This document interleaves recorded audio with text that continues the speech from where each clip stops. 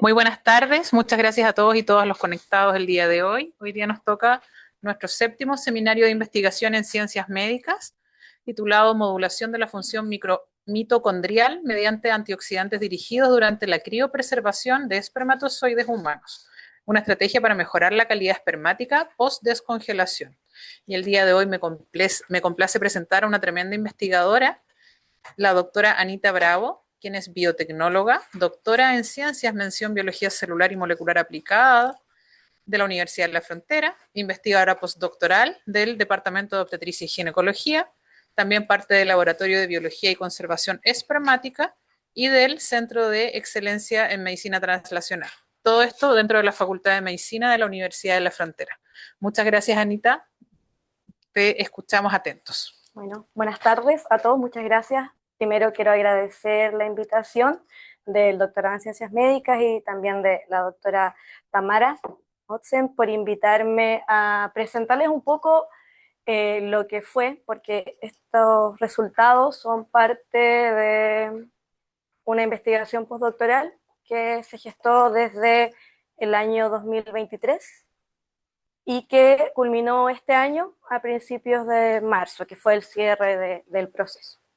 Entonces, lo que les voy a mostrar un poco es contextualizar, ¿cierto? Dar el contexto, mostrarles cómo se ha gestado durante el tiempo esta investigación. Esto es como, no el final, porque por supuesto después de esto siguen más investigaciones, pero se ha venido gestando desde otras investigaciones anteriores, desde prácticamente el año 2012-2013, en la que hemos ido como laboratorio con las personas que forman parte del Laboratorio de Biología y Conservación Espermática, en algún momento también el CEBIOR en los primeros años, y lo que ha culminado es en estos resultados que tienen que ver con aplicar una estrategia antioxidante, pero un poco más innovadora que las que usualmente se utilizan, que son utilizar antioxidantes que se dirigen específicamente a la mitocondria para mejorar la función mitocondrial, y esto específicamente en un contexto de la criopreservación de los espermatozoides humanos.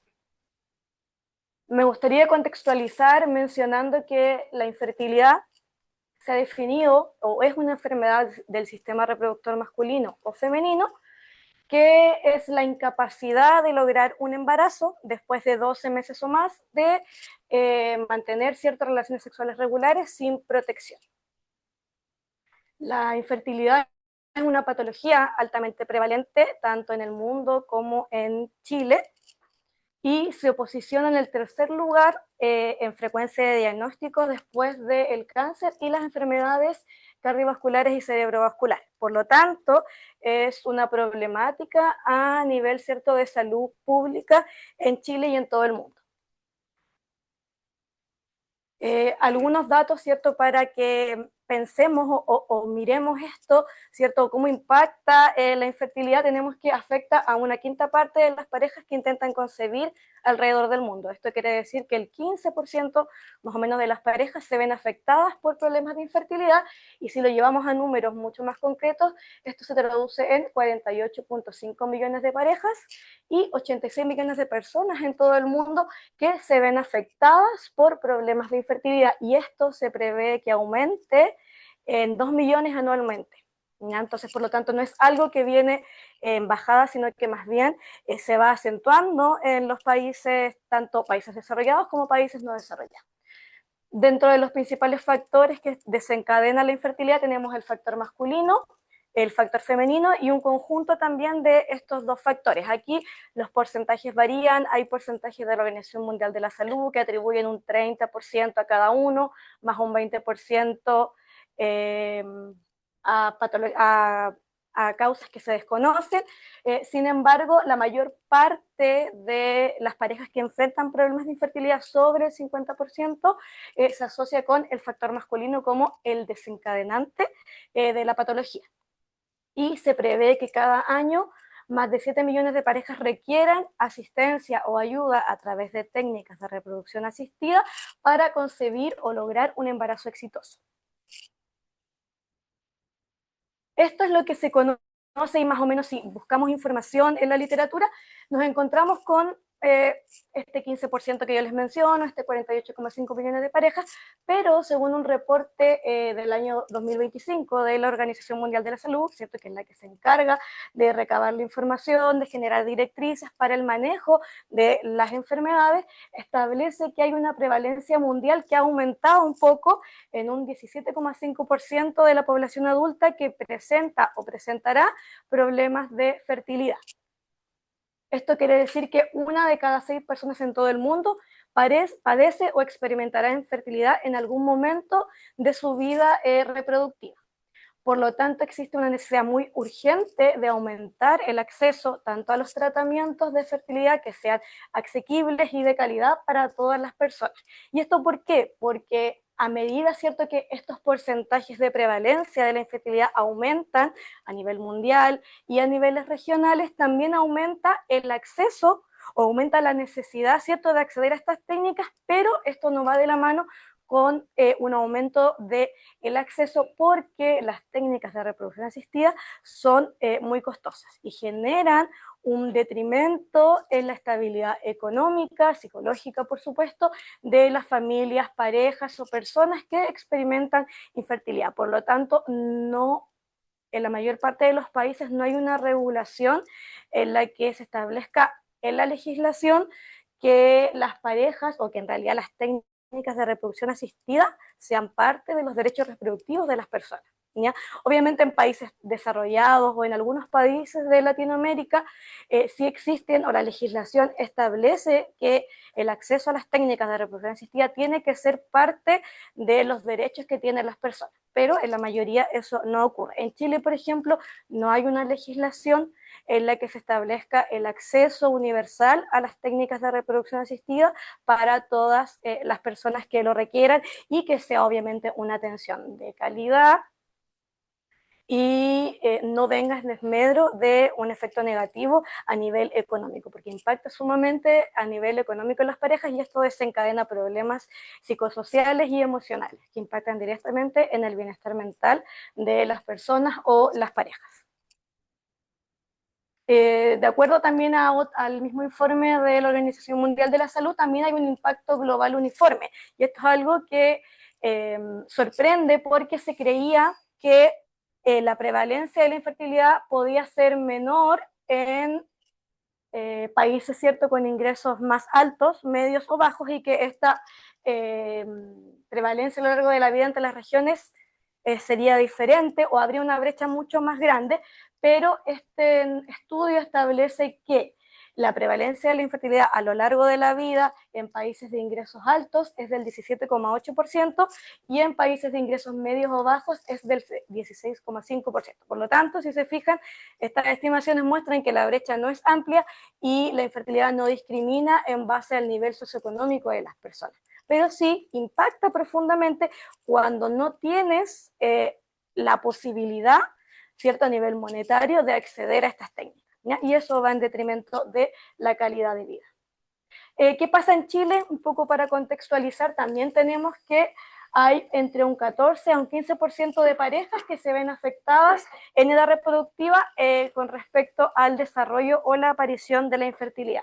Esto quiere decir más o menos 250.000 parejas que requieren la asistencia para después acceder a las técnicas de reproducción asistida. También hay otros datos que me parece importante revelar, ¿cierto?, que esta aparición o el aumento de la prevalencia también en Chile se asocia también con cifras, por ejemplo, que revelan que hay una disminución de los nacimientos en Chile. Yo creo que lo han escuchado, ¿cierto? Ha aparecido en las noticias, en los diarios, que hay una disminución del 46,9% en los últimos 32 años. Si a esto le sumamos que las parejas postergan, tanto hombres como mujeres están postergando más la paternidad y la maternidad con respecto a perseguir, ¿cierto?, el desarrollo profesional y personal.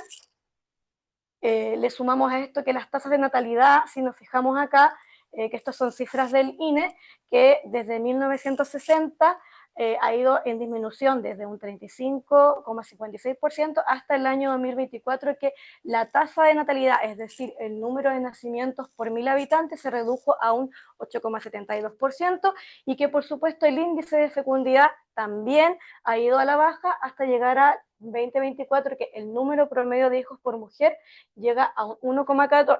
Es más, hace poco salió cierto otro estudio, porque esto no está actualizado en el INE, pero el INE mostró cierto que la tasa o el índice de fecundidad disminuyó en un 0,99%. Eso quiere decir que hay menos de un hijo por mujer actualmente, lo que nos pone cierto por debajo de la tasa de recambio generacional actualmente, y somos uno de los países de Latinoamérica que tiene cierto menores índices o tasas de natalidad en América Latina. En base a esto, la Organización Mundial de la Salud, y esto es algo también relativamente nuevo, considerando cierto que hay una disminución de o una aparición, un aumento de la aparición de la infertilidad, es que ha creado una guía para la prevención, el diagnóstico y el tratamiento de la infertilidad, para alentar un poco, ¿cierto?, o proponerle a los distintos países que la atención relativa a la infertilidad, ¿cierto?, sea tomada como un desafío a nivel de salud pública y genera, ¿cierto?, determinadas directrices para la prevención, el diagnóstico y el tratamiento de la infertilidad. Son alrededor de 40 directrices que se dividen en cómo es el manejo en base a la infertilidad masculina, la infertilidad femenina y también la combinación de ambos. Ya establece igual ciertos porcentajes de cómo ha ido aumentando la prevalencia de la enfermedad, pero pone un énfasis importante en que la asistencia o la asistencia de fertilidad a las que quieren acceder las personas tiene que ser en base a principios de equidad, rigor científico y respetando, por supuesto, los derechos humanos, porque se considera que el concebir un hijo es parte de los derechos reproductivos que tenemos los seres humanos, ¿no? Y también aumenta la necesidad de que los servicios se basen en lo que conocemos ahora, ¿cierto?, como se sustenten en la evidencia científica, ¿ya? Que eso es súper importante. Es bastante larga la guía, ¿ya? Pero es la verdad que tiene bastantes tópicos, sobre todo con el tema de la promoción de la prevención, que es algo que no se hace en la mayor parte de los países, ¿ya? Que aumento de poder prevenir, ¿cierto?, de entregarle a las personas qué factores, por ejemplo, externos o endógenos o exógenos pueden afectar la fertilidad a lo largo de la vida, es algo que no se hace. Muchas veces las personas llegan con muchas más inquietudes a preguntar, ¿cierto?, a consultar cuando ya se ven enfrentados a la infertilidad. Y bueno, con esta imagen me gustaría un poco que reflexionáramos con respecto al anterior, es que la infertilidad no es solo un problema biológico, ¿ya? ¿Cierto? Tiene muchas más aristas que consideran que hay un detrimento en la calidad de vida de las personas, tanto a nivel físico como a nivel social, y la OMS establece que la infertilidad es uno de los retos de salud pública más ignorados de nuestro tiempo y constituye un importante problema de equidad a nivel mundial, ¿ya? Entonces, que no se garantiza en la mayor parte de los países, sobre todo en América Latina, que el acceso sea equitativo y que es un derecho y no un privilegio, ¿ya? Y eso es súper importante porque cada vez nos vemos más enfrentados, las parejas se ven enfrentadas a querer acceder a estas técnicas y eso no sucede. Por lo tanto, deberíamos siempre, o en realidad en este caso la legislación, porque nosotros como investigadores, ¿qué podemos hacer? Podemos generar evidencia científica, ¿cierto?, sólida, que conduzca a la aparición de nuevos diagnósticos, tratamientos, podemos formar nuevos profesionales de la salud, ¿cierto?, que estén más comprometidos con lo que es esta problemática y muchas otras enfermedades, pero la mayor parte del rol activo lo debería tener el Estado en plantear políticas públicas que vayan en mantener, ¿cierto?, o a facilitar que este acceso sea equitativo y que es lo que no se logra, porque finalmente personas que tienen más ingresos sí pueden acceder a estas técnicas. Ahora, con respecto a la infertilidad masculina, tenemos que a nivel mundial, ¿cierto?, el factor masculino es atribuible o oscila entre el 20 al 70% de los casos. En Europa alcanza un 50%, en África un 43%, y si nos fijamos en América Latina es bastante similar a Europa, ¿cierto? Alrededor de un 52% de las parejas que sufren infertilidad el factor masculino está asociado o es desencadenante. Ahora, ¿cuál es la causa principal de la infertilidad masculina? La disminución de la calidad espermática que ha surgido a través de distintos informes, ¿cierto?, en diferentes países que indican que ha habido una disminución de la calidad espermática entre un 50 a un 60%, esto entre el año 1973 y el año 2011. Esto no ha ido a la baja, hay un aumento, ¿cierto?, de la disminución de la calidad espermática y principalmente ¿cuál se cree que es el principal detonante de la disminución de la calidad espermática? Es el estrés oxidativo, ¿no? El espermatozoide es particularmente sensible al estrés oxidativo. ¿Por qué? Por su arquitectura, ¿cierto? Es una célula diferente a las células somáticas porque tiene una función principal, ¿cierto?, que es fecundar al ovocito, o sea, transmitir su material genético para que se produzca la fecundación y se genere, en este caso, la formación de un bebé, de un embrión y el nacimiento de un bebé vivo y saludable. Entonces, toda esta arquitectura física, lo que pierde durante la espermatogénesis, ¿cierto?, la hace que sea sensible al estrés oxidativo.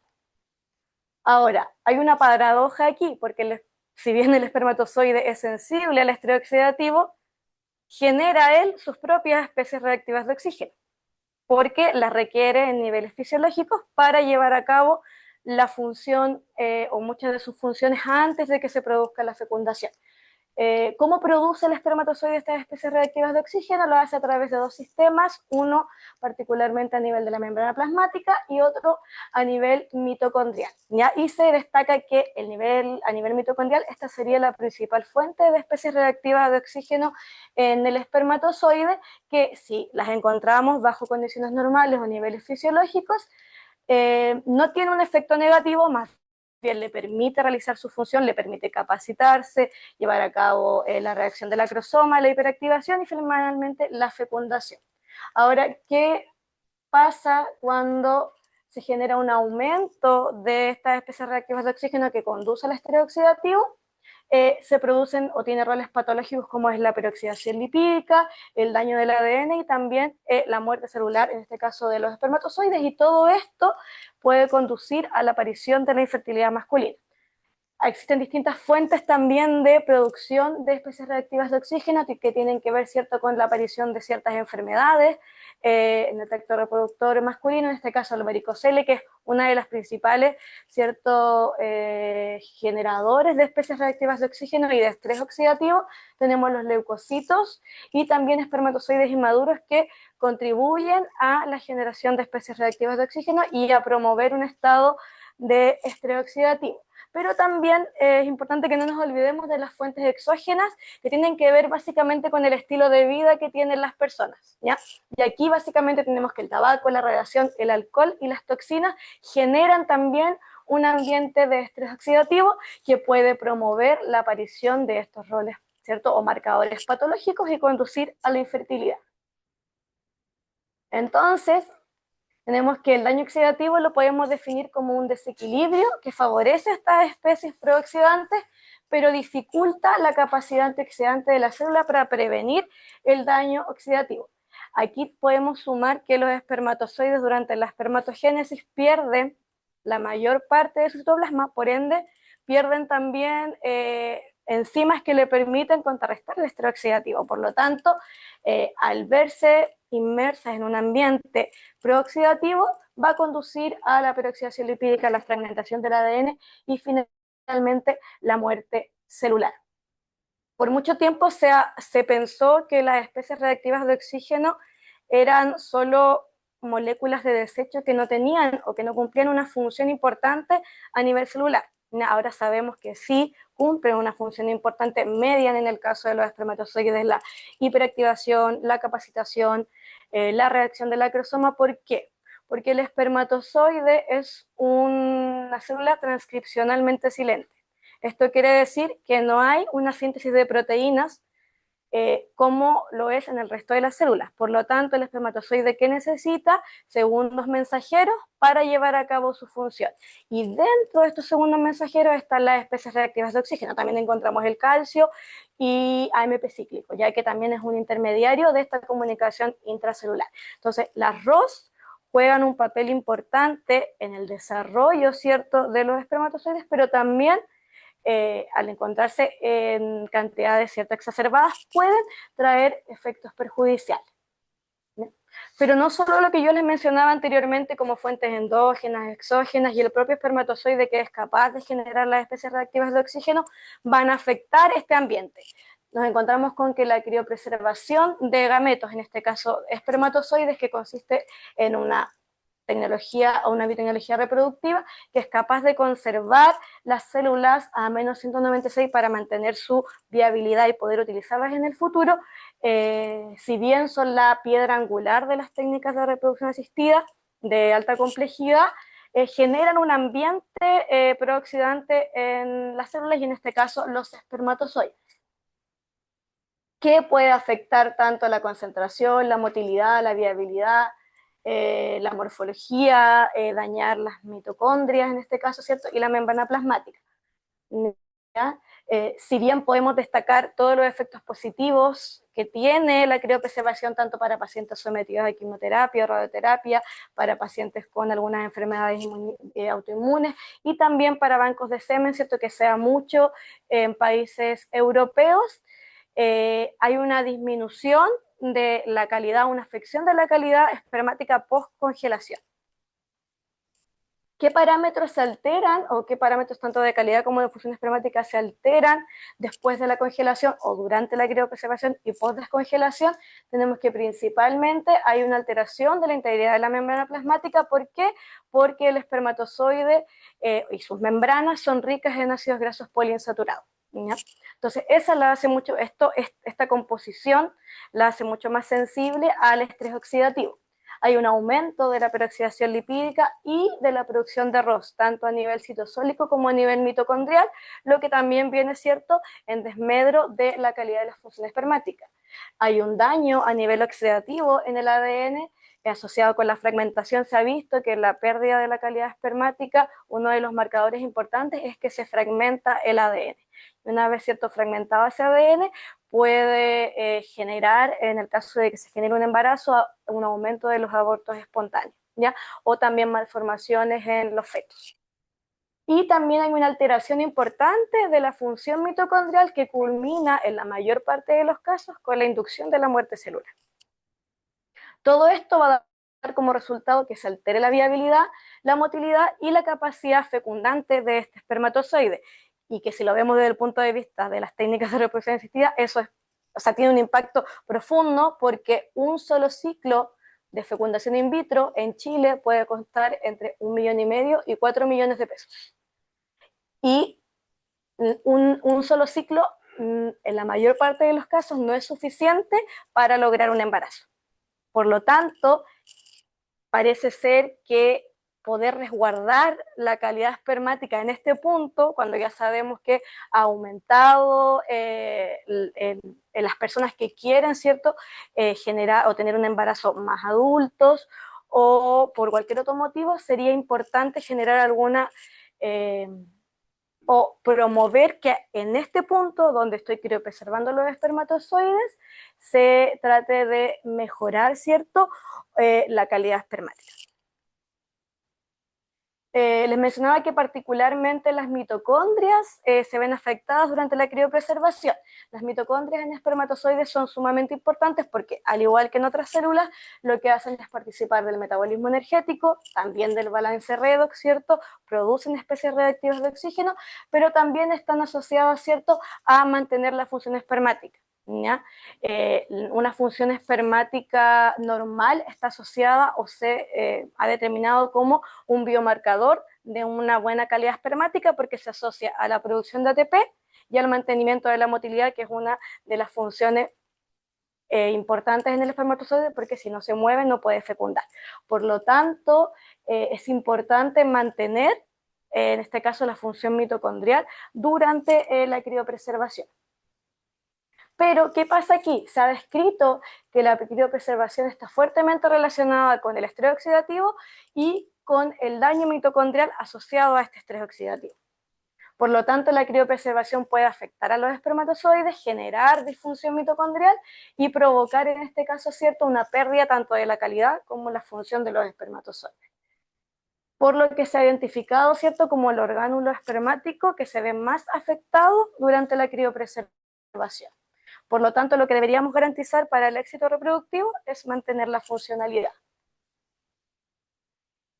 Ahora, particularmente, nos hemos dado cuenta a medida que hemos ido investigando en que existe un poro en la mitocondria, que es el poro de transición, es un poro de transición de permeabilidad mitocondrial, que se abre y cierra, ¿cierto?, bajo ciertos estímulos no solo en espermatozoides, también en otras células, pero en espermatozoides no ha sido profundamente estudiado. ¿Ya? Está asociado con otras enfermedades como la isquemia y reperfusión, por ejemplo, que ahí hay muchos estudios, pero en espermatozoides no se ha profundizado en la implicancia que tiene en el daño a nivel de la función mitocondrial. Y se cree que esta apertura estaría implicada en la disfunción mitocondrial asociada a la criopreservación. ¿Ya? Lo hemos visto bajo otros experimentos in vitro o otros ciertos esquemas experimentales, sí.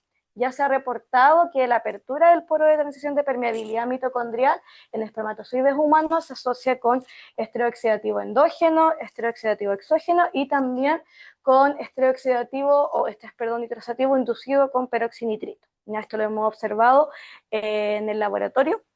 Ya nosotros lo que hacemos es someter a los espermatozoides a condiciones que generen estrés oxidativo in vitro y ver cómo responde, ¿cierto?, a nivel de distintos marcadores, tanto membrana plasmática como muerte celular y mitocondria, ya que es lo que hacemos usualmente. Aquí pueden ver un dibujo, ¿cierto? Es un esquema, básicamente cómo estaría formado este canal, ¿cierto? Este poro, y este poro lo que hace es unir una fracción de la membrana mitocondrial externa con la membrana mitocondrial interna.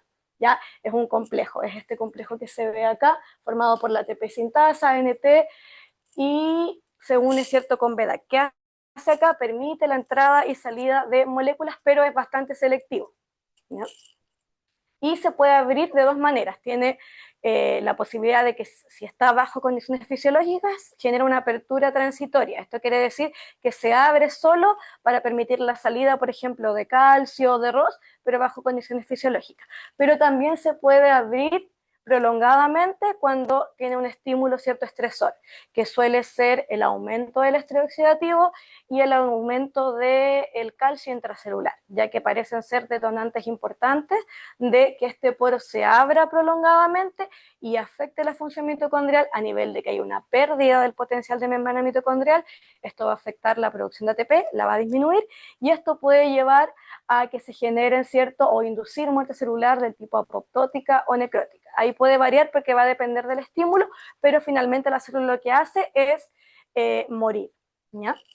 Y esto se ha visto en células somáticas, pero también nosotros lo hemos visto en espermatozoides. Entonces me gustaría mostrarles ahora algunos estudios y de cómo se gestó esto. Este es un artículo ya antiguo del año 2013 o 2015, en el que ya nos empezamos a interesar en el laboratorio un poco por ver cómo la función mitocondrial podía estar, ¿cierto?, o podría ser importante para el espermatozoide, ¿ya? Y aquí nosotros observamos que otro poro asociado con el transporte de calcio en el espermatozoide era capaz, en este caso, de mantener la motilidad, o era esencial para mantener la motilidad total de los espermatozoides y para mantener, en este caso, la producción de ATP, porque al bloquear este canal, que es un MCU, que es un uniportador de calcio, lo que observamos es que hubo una disminución de la motilidad a las 4 horas y también hubo una disminución, en este caso, del contenido de ATP sin afectar la viabilidad ni el potencial de membrana mitocondrial ni las especies reactivas de oxígeno. Por lo tanto, ya veíamos que el transporte, en este caso de calcio a nivel mitocondrial, tiene un impacto en los espermatozoides o en la función espermática, y es crucial para que el espermatozoide, en este caso, pueda moverse. Luego ahondamos un poco más, esto es del año 2020, en el que quisimos establecer también cómo se veía afectada, en este caso, la membrana plasmática y la función mitocondrial a través de evaluar ciertos marcadores que se asocian con la muerte celular en espermatozoides y expuestas a niveles no fisiológicos de especies reactivas de oxígeno utilizando peróxido de hidrógeno. Y aquí, bueno, observamos que a medida que el tiempo de incubación con peróxido de hidrógeno aumenta, hay una disminución en este caso de la viabilidad espermática que se ve acentuada después de los 30 minutos, ¿no? Y también observamos que el tiempo de incubación para la membrana plasmática y para la integridad también hay una disminución, pero si lo vemos, la disminución o alteración tanto de la permeabilidad como de la integridad de la membrana plasmática se pierde, pero ya a los 60 minutos más o menos, ¿ya? Entre los 30, entre los 45 y los 60. Pero observamos que la incubación, ¿cierto?, de los espermatozoides con estas mismas concentraciones de peróxido de hidrógeno, pero a nivel del potencial de membrana mitocondrial y un marcador de muerte celular, que es la externalización de fosfatidilcerina, se ve afectado a partir de los 30 minutos, porque ya hubo diferencias estadísticamente significativas. Por lo tanto, pudimos concluir que el estrés oxidativo parece ser que afecta primero a la función mitocondrial y esto trae, ¿cierto?, un detrimento a lo largo del tiempo a nivel de la viabilidad y lo que podría estar alterando la función del espermatozoide.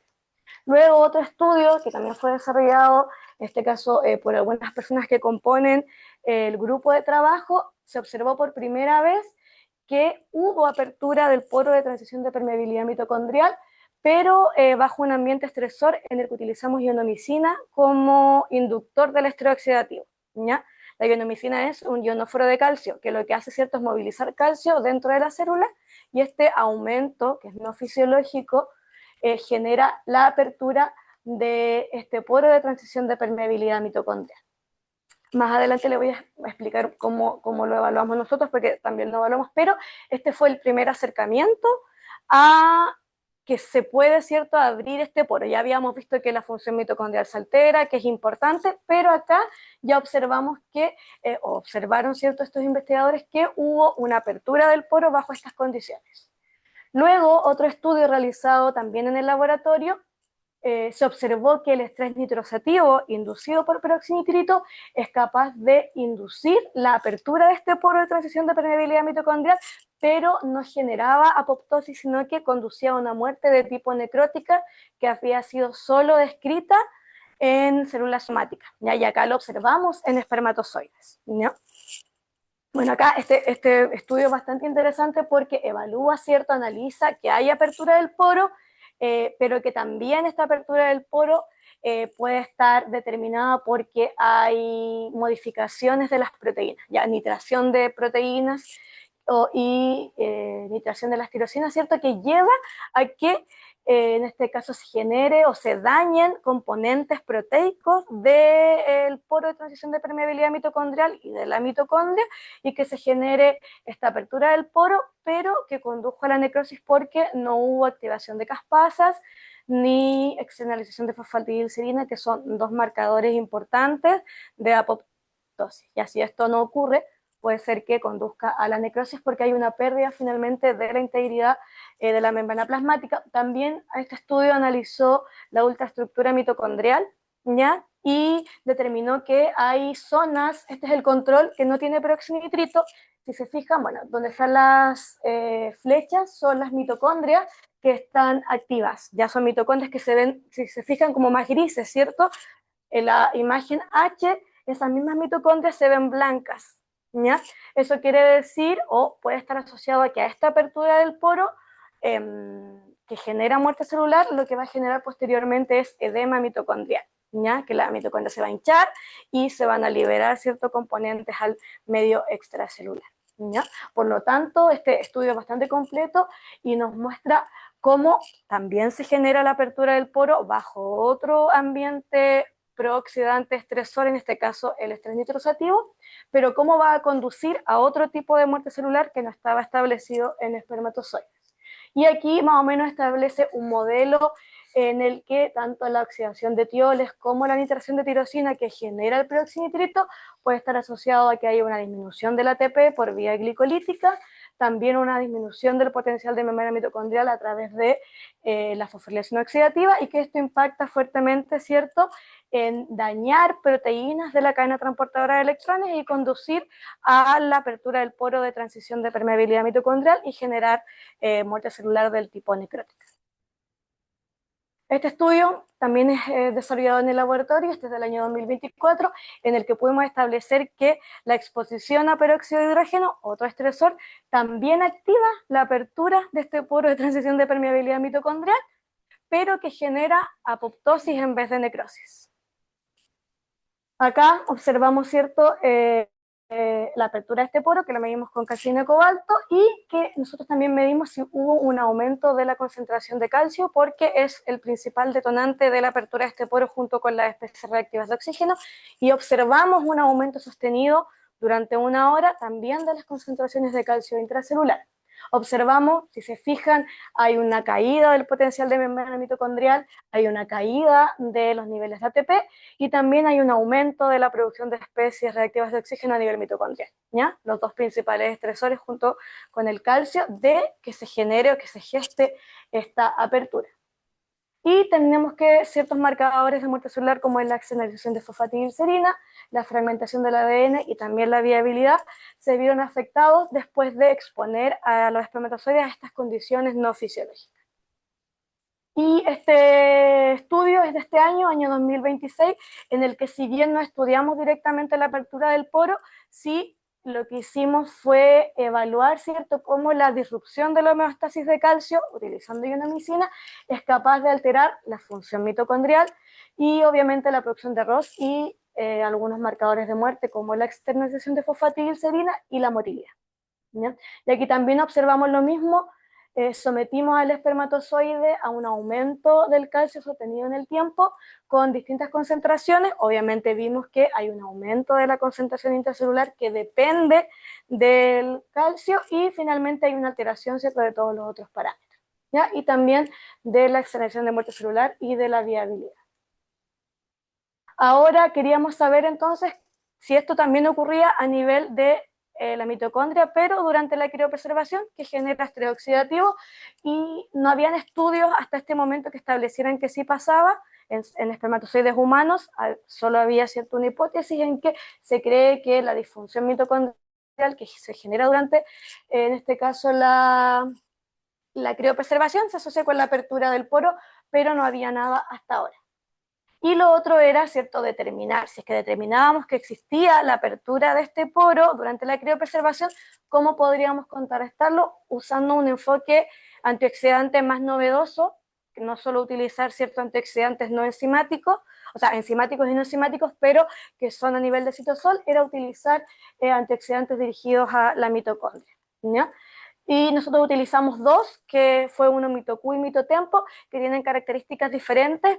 ¿Qué los caracteriza principalmente a los dos? Es que tienen una fracción TPP que les permite ingresar hacia la mitocondria y ejercer su efecto directamente en la mitocondria. Lo hacen de dos maneras distintas porque son compuestos distintos. MitoQ es una mitoquinona parecida a la coenzima Q10. Sabemos que la coenzima Q10, ¿cierto?, está presente en la cadena transportadora de electrones, en la que, ¿cierto?, mueve los electrones después desde el complejo 1 al complejo 2, o sea, los transfiere al complejo 3 en este caso, y se supone que la acumulación selectiva de MitoQ dentro de las mitocondrias genera, ¿cierto?, una estabilidad a nivel del potencial de membrana y protege a la mitocondria del daño oxidativo. Hay más estudios, sí, estudios en humanos, pero de otros grupos, en los que se establece que los antioxidantes como MitoQ y MitoTempo son capaces de contrarrestar los efectos negativos de la criopreservación. Acá también hay otro estudio en espermatozoides humanos en que vitrifican espermatozoides y utilizan también estos antioxidantes, y ven que hay mejoras en la función mitocondrial, sobre todo del potencial de membrana mitocondrial que se logra recuperar después, ¿cierto?, de la criopreservación, cuando se incuban con estos antioxidantes. Y también otros efectos de MitoQ a nivel de la expresión de la apoptosis y también de otros antioxidantes asociados a la congelación-descongelación. Con todo esto, nosotros lo que hicimos fue evaluar si es que bajo nuestras condiciones experimentales también encontrábamos que por primera vez el poro de transición de permeabilidad mitocondrial estaba presente durante el daño que sufría la mitocondria en la criopreservación, y si esto podíamos contrarrestarlo utilizando estos antioxidantes. Bueno, y para esto colectamos la muestra, luego esperamos que se licúe y hacemos un análisis de espermiograma a todas las muestras, y luego seleccionamos los espermatozoides utilizando un gradiente de densidad, ¿ya? Luego de la selección lo que hacemos es vitrificar y conservar hasta que hacemos las mediciones, que son principalmente a través de citometría de flujo, fluorimetría y también otros análisis que se hacen, ¿cierto?, a través del sistema CASA, que es para la motilidad, y otras variables. ¿Qué observamos acá? Observamos que hay apertura del poro de transición de permeabilidad mitocondrial, que sería esto de acá. Lo que hacemos es medir la apertura del poro con un agente, un reactivo que se llama calceína AM. ¿Ya? La calceína lo que hace es, si nosotros lo cargamos a las células, va a difundir por todas las células y la va a teñir completa. Si yo agrego un quelante de la calceína, que es el cloruro de cobalto, va a apagar la fluorescencia de la calceína, pero solo en el citoplasma, en el citosol, no en la mitocondria. Por lo tanto, se va a mantener esta fluorescencia si yo, por ejemplo, incubo con algún agente que va a abrir este poro, que en este caso es la ionomicina. Ya, esos son como controles. ¿Qué observamos acá? Que hubo una disminución de la fluorescencia de calceína M después de 0, 2 y 4 horas post descongelación.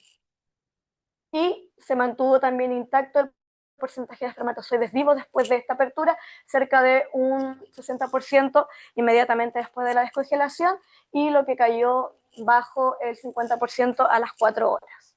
Y aquí hay algunas imágenes de histogramas del citómetro de flujo, donde podemos ver cómo la intensidad de fluorescencia, que es alta, ¿cierto?, va migrando hacia la izquierda porque hay una disminución, ¿ya? La vamos a encontrar en el control más o menos al medio de este histograma, pero a medida que pasan las horas se va corriendo hacia la izquierda. Y eso es porque hubo una apertura del poro y la calceína o la fluorescencia se disipó. Entonces podemos evidenciar que bajo nuestra condición sí tenemos apertura del poro.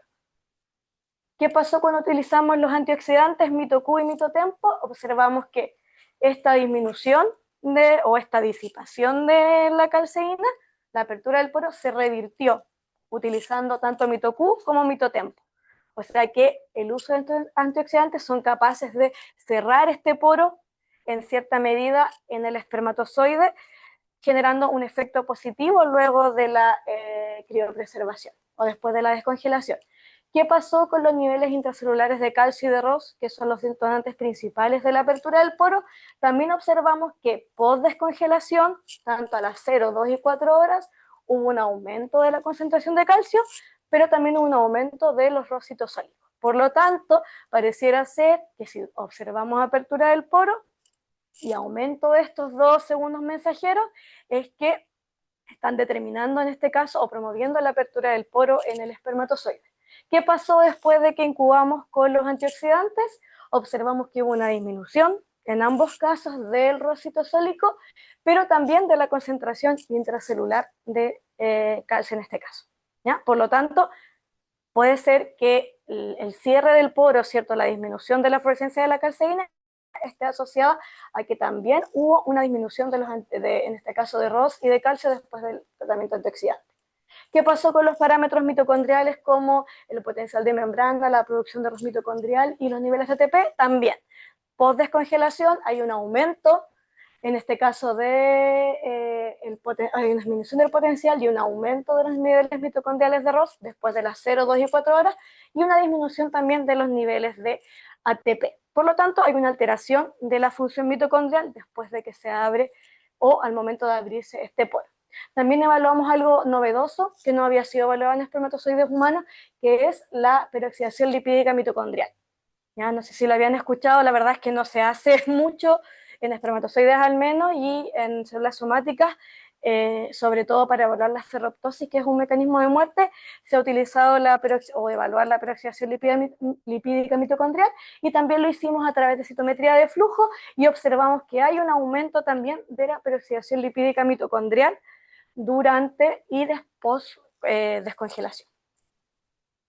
¿Qué pasó con los niveles de ATP, la producción de arroz mitocondrial y, en este caso, el potencial de membrana mitocondrial? Cuando usamos los antioxidantes, observamos que hay una mejora en el potencial de membrana, hay una disminución de los niveles, en este caso, de producción de arroz, y también hay una mejora en la producción de ATP, lo que se va a asociar positivamente. También hicimos un análisis a nivel mitocondrial con respecto a la ultraestructura, ¿cierto? Cómo se comportaba la mitocondria. Aquí no observamos efectos tanto beneficiosos, probablemente porque a nivel ultraestructural ya está muy dañada la mitocondria, pero observamos que sí ocurre la apertura o el edema al abrirse el poro, pero que los antioxidantes mitoquín y mitotempo no son tan eficaces para proteger la ultraestructura a este nivel. Probablemente si hubiésemos utilizado aquí concentraciones más bajas, hubiésemos visto quizás un efecto positivo en la protección de la mitocondria a nivel ultraestructural. ¿Y qué pasó con los marcadores de muerte? Lo mismo, aumento de la externalización de fosfatidilcerina, activación de caspasas y aumento de la fragmentación del ADN, lo que también, cierto, se vio revertido en este caso. Observamos que hay una disminución de las células que presentan o las células muertas, hay una disminución de las caspasas y también una disminución de la fragmentación del ADN después de la incubación, en este caso la congelación con los antioxidantes. A nivel de la membrana plasmática tenemos que también se afectó la viabilidad, pero dentro de los rangos que nosotros sabemos que ocurre, cerca de un 60% de los espermatozoides se ven afectados, y también hay un aumento de la permeabilidad de la membrana plasmática, que no es tan considerable, es el menos del 10%, y también hay muerte celular que ya sabemos que es más considerable, sobre el 30%, ya hasta las 4 horas. ¿Qué pasó con la peroxidación lipídica? También observamos un aumento. Esta peroxidación lipídica es de la membrana plasmática, la que les mostré anteriormente era de la mitocondria. En el caso de la peroxidación lipídica de la membrana plasmática, también observamos un aumento, y que era lo esperado porque se aumentaron las especies reactivas de oxígeno. Es esperable que haya un aumento de los niveles de peroxidación lipídica, y aquí también, ¿cierto?, está adjunto los histogramas del citómetro de flujo, que nos muestra y nos entregan harta información con respecto a cómo se mueve la fluorescencia en los distintos tratamientos. Finalmente, ¿qué hemos establecido? Un modelo, ¿cierto?, propuesto en el que la disfunción mitocondrial en espermatozoides criopreservados está determinado o está mediado por la apertura de este poro de transición de permeabilidad mitocondrial, que tiene efectos negativos en la función mitocondrial. Y finalmente, ¿cierto?, podría traer un detrimento, en este caso, de la función de los espermatozoides, sobre todo si los utilizamos en técnicas de reproducción asistida. Por lo tanto, el uso de antioxidantes en este punto podría ser beneficioso para la criopreservación a nivel clínico. Pero obviamente eso requiere muchos otros más estudios, pero esto es como el puntapié inicial y nos da información que no existía antes en la literatura. Por lo tanto, a modo de conclusión, podríamos decir que es importante desarrollar ciertas nuevas estrategias que nos permitan preservar la fertilidad después de la criopreservación, para tener ciertos mejores efectos a nivel de las técnicas de reproducción asistida, y se pueda lograr un embarazo exitoso, en este caso de las parejas que lo requieren. Y por supuesto, cierto, es importante seguir recalcando la importancia de tomar a la infertilidad, ¿cierto?, como un problema de salud pública importante en Chile y en el mundo. Y bueno, acá agradecimientos al laboratorio, ¿cierto? Ahí está el equipo, algunas personas, la mayoría del equipo de trabajo, que trabajamos en el Laboratorio de Biología y Conservación Espermática. Y bueno, todo esto agradecer a ANIT también y al proyecto FAPESPI del doctor Raúl Sánchez, que fueron los que financiaron esta investigación. Muchas gracias a todos.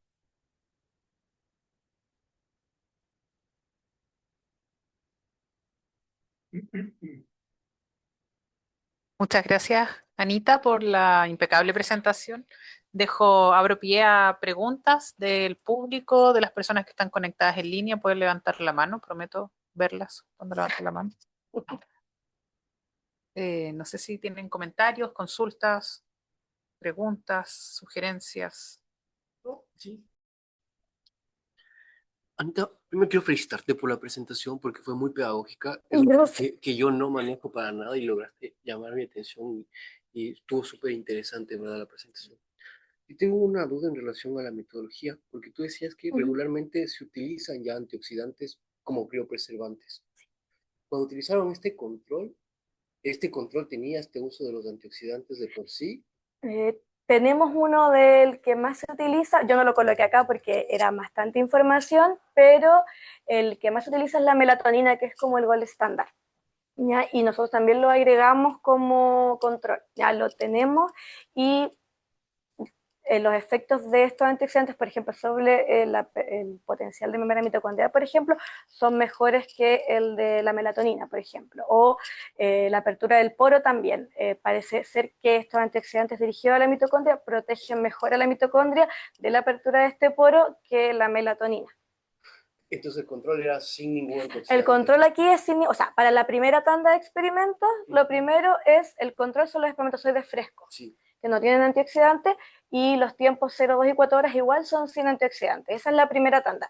Y en la segunda tanda de experimentos, lo que se hizo fue tomar, pues, como en la mayoría de los parámetros se vio que inmediatamente después de descongelar ya había cierta la alteración, lo que se hizo fue tener un control al tiempo 0, o sea, inmediatamente, pero sin antioxidantes. Y los otros eran con los antioxidantes mitoQ y mitotempo, pero también teníamos un control con la melatonina, pero acá no estaba, acá estaba solo el que no tiene antioxidantes inmediatamente después de la descongelación. Sí, porque es interesante también evaluar eso, ¿no? Contra el gol estándar que ya se utiliza para ver si estas intervenciones Sí, en verdad son de mucho hecho más efectivas. en el laboratorio igual se utilizan, han habido como otros antioxidantes, MNT-VAP, BHT, que también son otros antioxidantes que también se utilizan, que tienen efectos positivos.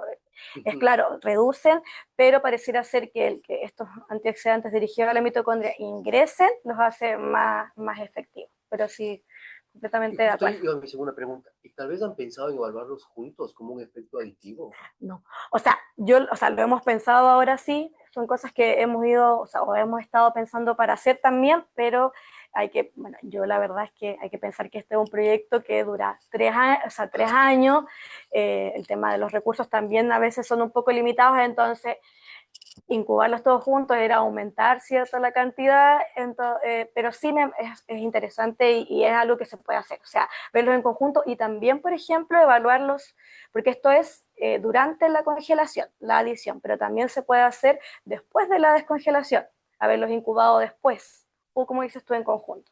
Son cosas que se pretende, ¿cierto?, seguir haciendo, y probar estos antioxidantes igual bajo otras condiciones.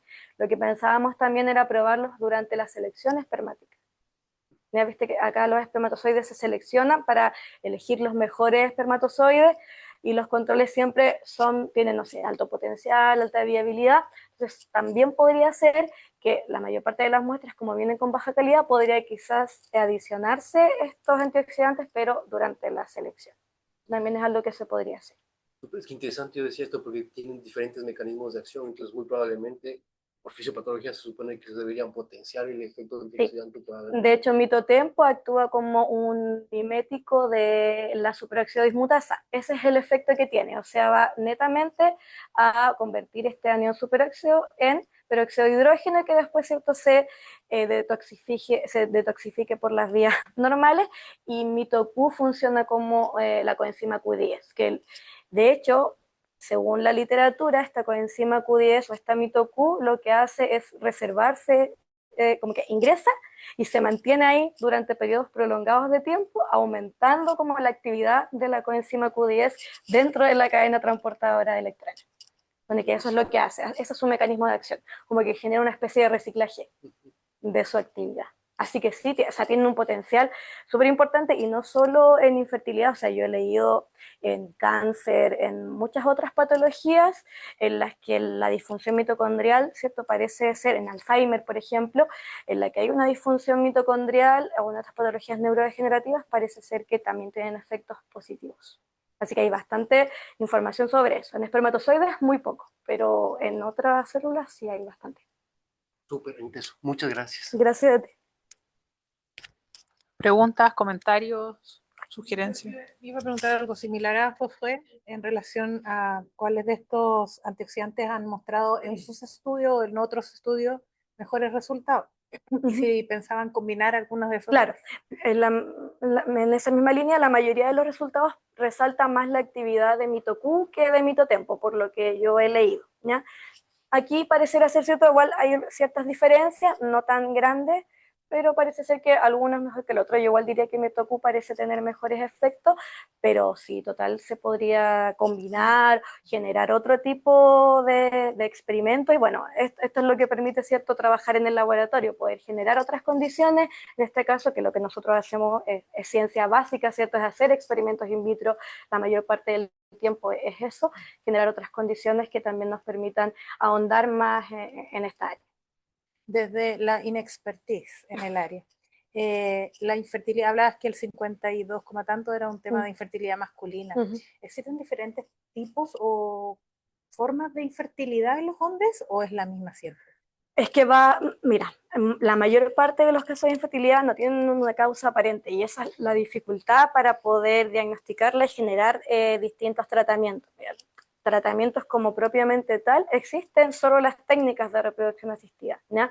Pero se cree que, por ejemplo, no sé, en hombres, ¿cuáles son patologías asociadas a generar infertilidad? El varicocele parece ser la principal porque genera estrés oxidativo, pero también, por ejemplo, el trastorno testicular primario y algunas infecciones del tracto reproductor masculino se han asociado, y el aumento que ha habido en los últimos años, con que aparezca la infertilidad. Y en el caso de las mujeres, los mecanismos son distintos.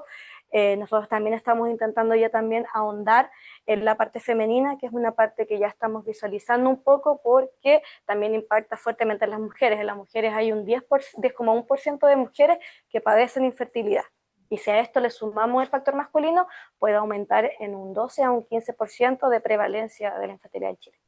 Entonces es harto si lo vemos desde ese punto de vista.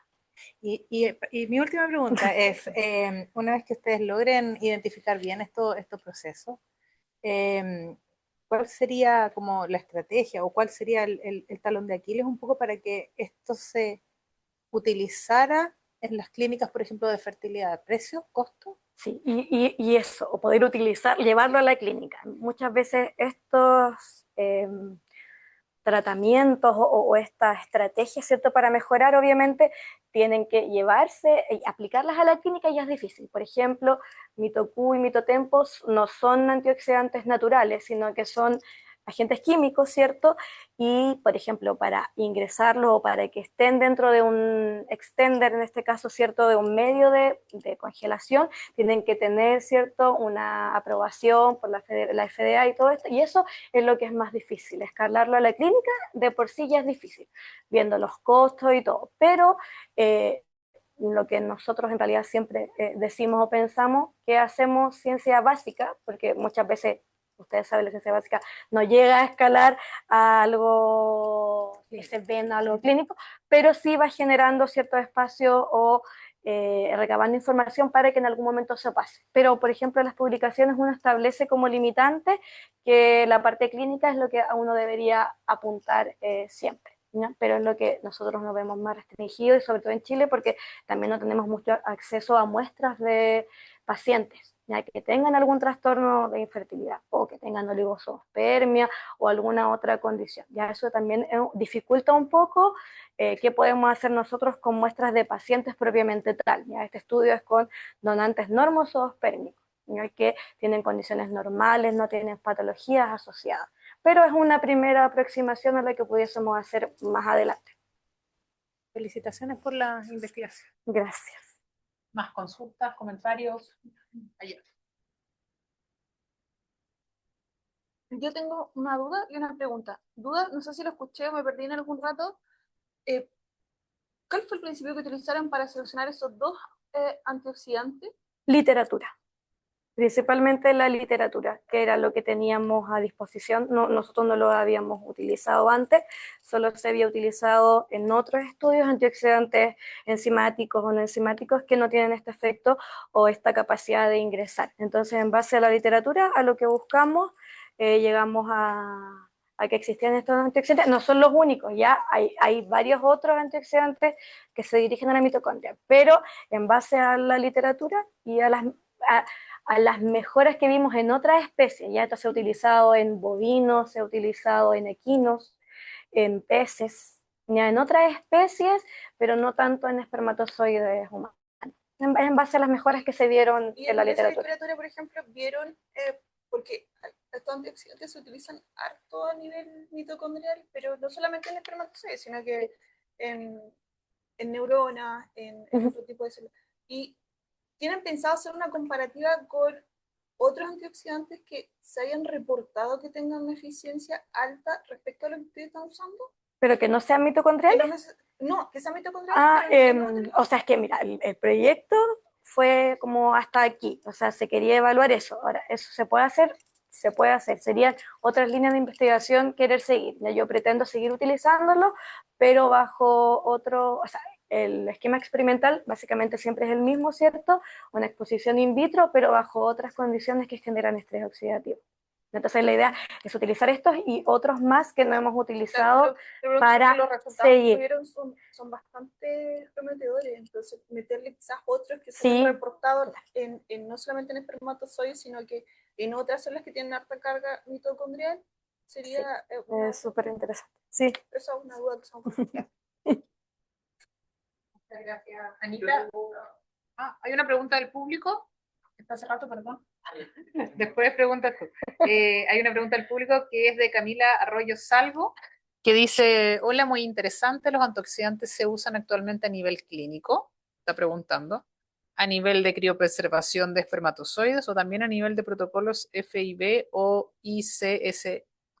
Depende de las políticas que haya en los países. Ya, por ejemplo, hablando con un investigador de Europa hace un tiempo atrás, que es colaborador, él, de hecho, justo él no sabía que nosotros estábamos utilizando los antioxidantes y nos envió un correo preguntando si es que creíamos que un estudio que ya había hecho otra persona podía mejorar la criopreservación, y ahí le comentamos un poco, ¿cierto?, que lo que estábamos haciendo, pero él nos dijo que en este caso Mitoku no tenía esta aprobación de otra entidad que ya no recuerdo el nombre, de Europa, y sería difícil, por ejemplo, adicionarlo al medio en este caso.